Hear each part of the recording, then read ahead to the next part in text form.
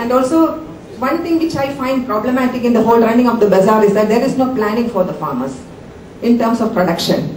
So that is where I think in most of the places, not only in Kerala, wherever I go, when somebody produce amaranthus, everybody will go for amaranthus. Then you cannot sell it. So we have to keep on telling that you have to, especially for the big producers. Like if you have 1 acre, we insist that they have to produce, cultivate at least 5 to 6 varieties of, especially vegetables. Otherwise you cannot, because many times we had to take our, we have a vehicle also, we have to get tons of vegetables sometimes they produce, like a bitter gourd and bottle gourd. Then we have to take it to the normal market. But we have to help the farmers. So we do that, but it's not sustainable. So we have to, if you are a small producer, there's no problem. Like we have a lot of kitchen gardeners who sell to the bazaar. There it is easy to handle. But when you become little more kind of a production, then you have to really plan. Then it is still not happening. And we do a lot of organic bazaar is now in the urban areas. We do promote kitchen gardening and composting. That's a major issue. Waste is a major issue in all the cities.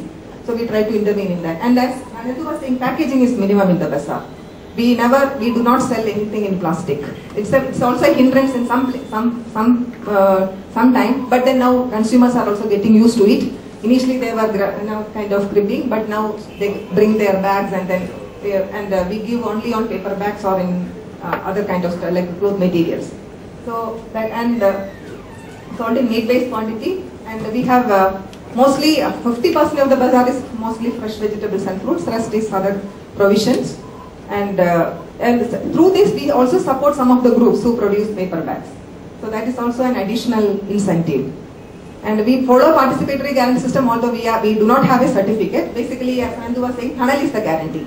So now Thanal, that's also a problem because many places,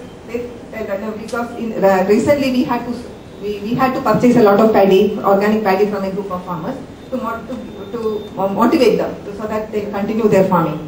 But then we had to sell in bulk. So we had to organize an organic rice Mela. There, how do you sell? So we had to use some plastic. But then now the organic retailer in Trivandrum, they have come to us to buy the organic rice. But we do not know how to monitor that, whether they will sell more than what we sold, how to ensure that that's a problem. So we face. But then we will have to do a lot, especially on rice. We will have to do a little bit of retail, kind of marketing through other institutions also, like it can be some organic outlet or it can be civil supplies. One of the officers have also told us that we can keep our rice in our brand itself in their store. But then we do not know how we can implement that. This is the fifth, this is our earlier agriculture minister, who is an ardent supporter of organic farming, Mullakara Ratnagaran. He's still a MLA and continue to support organic farming. He's a campaigner for organic farming in the state, and he actually implemented kitchen gardening and organic farming practices in more than 1,000 schools in Kerala. Also, he is campaigning among youth to come back to farming, whatever they do, whether you can be an engineer, you can be a doctor, but you do part of your food production in your own, even if you do not have land, at least on your terrace. So a lot of schemes the government has started in Kerala because of his intervention during his ministerial time. And this is some of the small kitchen gardeners who actually most of our production, vegetable and fruit production, comes from this small scale farmers, women farmers.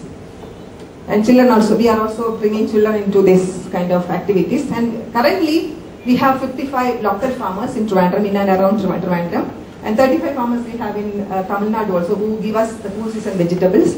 And we also regularly source from Karnataka, Sahaja Samriddha and other organic outlets in Kerala. And we have done documentation of almost 200 farmers, small scale farmers. And although we have trained 600, they are not selling to, they just for their own consumption they produce.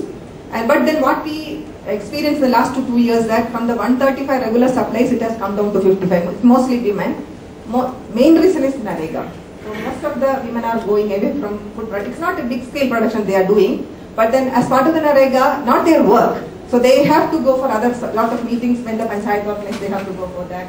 So a lot of activities as a beneficiary of the whole system they have to do. So they are not getting enough time or the mind to do this kind of activities. So we are also facing a lot of problem because of them. We have 400 registered consumers. We get a lot of good feedback from them, and the pricing thing, what we do, especially for the fresh thing, we actually follow the retail price in the market, and we give 1 or 2 rupees extra. We also discuss with the farmers. Now, if the cost of production goes up, we actually increase. Based on the cost of production, we calculate. Otherwise, we follow this roughly, the retail price plus 1 to 2 rupees extra for them. And earlier we never used to charge the transportation cost, but now we are actually charging them because otherwise we cannot run. And some farmers who actually regularly supply, 4 or 5 of them, we have started we have a weekly payment back to the farmers. Every Saturday we pay back the money. And some of the farmers, they themselves told us that you keep some of the money with you and give us during the festival time. So additionally, Organic Bazaar also put little bit of money and we give it as a bonus. So only 4 or 5, but we want to increase that depending on the size of the production. And consumers are also insulated from because in Bazaar, when some of the vegetables price goes up in the market, but depending on the cost of production and the farmers, we do not, we actually, there's a stabilization system. We do not increase the price of the produce based on that retail price at that time. But it will not go down also below a particular. So throughout the year, if you take, the farmers are benefited, also the consumers are benefited. That is how we work.